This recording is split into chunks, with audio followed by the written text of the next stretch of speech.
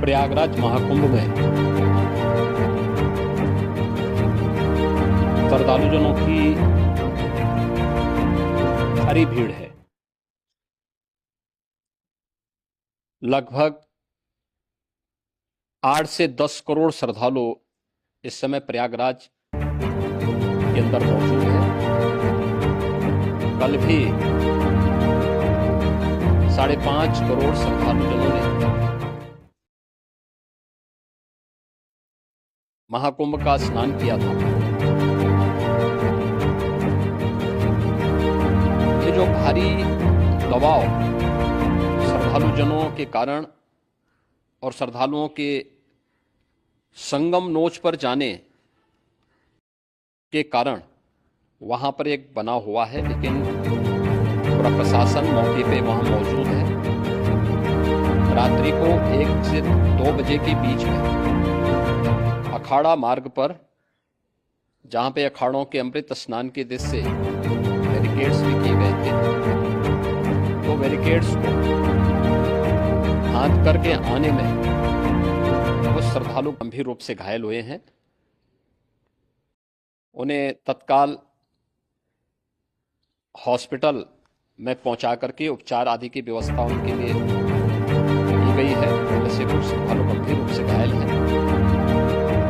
लगातार प्रशासन स्थानीय स्तर पर श्रद्धालुओं की सकुशल स्नान कराने के लिए रात्रि को कल सायंकाल 6:30-7 बजे से ही मौनी अमावस्या का मुहूर्त प्रारंभ होने के बाद से ही लगातार लगा हुआ है।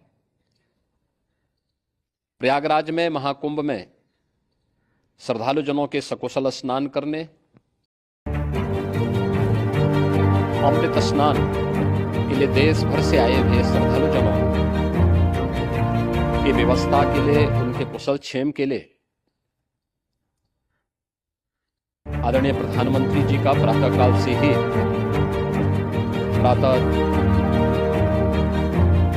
ही उनके लगभग 4 बार प्रधानमंत्री जी ने हालचाल लिया है। माननीय गृह मंत्री जी ने, माननीय राष्ट्रीय अध्यक्ष भारतीय जनता पार्टी श्री जेपी नड्डा जी ने, माननीय गृह मंत्री श्री अमित शाह जी ने भी, और प्रदेश की माननीय राज्यपाल श्रीमती आनंदीबेन पटेल जी ने भी लगातार जानकारी लेकर के सभी के कुशल क्षेम और सकुशल स्नान कराने के बारे में निरंतर रिपोर्ट ले रहे हैं। हम लोगों की प्रातःकाल से ही श्रद्धालुजन जो भी आए हैं वे स्नान कर सकें, इसके लिए यहाँ पे उच्च स्तरीय बैठक भी चल रही है, जिसमें मुख्य सचिव भी हैं, डीजीपी हैं, प्रमुख सचिव गृह हैं, मुख्यमंत्री कार्यालय के अपर मुख्य सचिव के साथ एडीजी लॉ एंड ऑर्डर के साथ साथ अन्य वरिष्ठ अधिकारीगण मौजूद हैं। प्रयागराज में हालात वर्तमान में नियंत्रण में है, लेकिन भीड़ का दबाव बहुत बना हुआ है। अखाड़ा परिषद से जुड़े हुए पदाधिकारियों के साथ मैंने स्वयं भी बातचीत की है। आचार्य महामंडलेश्वरों से भी, पूज्य संतों के साथ भी मेरी बातचीत हुई है, और पूज्य संतों ने बड़ी ही विनम्रता के साथ इस बात को कहा है कि श्रद्धालुजन पहले स्नान करेंगे और फिर जब उनका दबाव कुछ कम होगा और वे सकुशल वहां से निकल जाएंगे, तब हम लोग स्नान करने के लिए संगम की तरफ जाएंगे। अभी पहले श्रद्धालुजनों को, जो कि देश भर से आए हैं, तो इसके लिए उन्हें सभी अखाड़े इसके लिए सहमत हैं और सभी लोग इस व्यवस्था के साथ जुड़े हुए हैं। लगातार इस दिशा में हम लोगों का प्रयास है कि जो अब तक प्रातः काल से ही आपने देखा होगा, कल मैंने बताया कि कल लगभग 5.5 करोड़ श्रद्धालु कल महाकुंभ का स्नान किए हैं, और आज प्रातः काल तक लगभग 8:30 बजे तक 3 करोड़ से अधिक श्रद्धालु स्नान कर चुके हैं, और ये लगातार जारी है। लेकिन संगम नोच पर, अखाड़ा मार्ग पर, नागवासुकी मार्ग पर लगातार दबाव बना हुआ है, और वहां पर श्रद्धालुजनों की सुविधा के लिए भी हर प्रकार की वहां पर प्रशासन पूरी मुस्तैदी के साथ लगा हुआ है।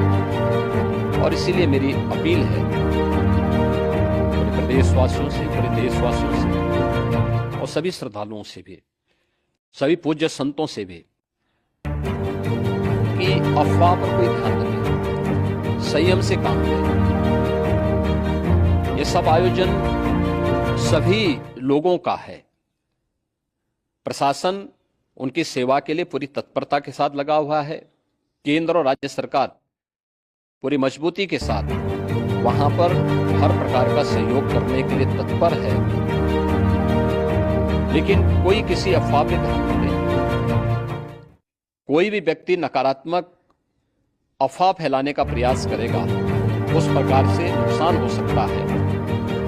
और जहां पर हैं आप, लगभग 15 से 20 किलोमीटर के दायरे में अस्थायी घाट बनाए गए हैं। उसमें कहीं भी वे स्नान कर सकते हैं। आवश्यक नहीं कि संगम नोच की तरफ ही आए, क्योंकि भीड़ देखते हुए खासतौर पर जो बुजुर्ग हैं, बच्चे हैं, श्वास के रोगी हैं, उनको लंबी दूरी तय नहीं करनी चाहिए। और जहां पर है वहीं पर आराम से पहले स्थिर होकर के कार्य करें, वहां पर रह करके।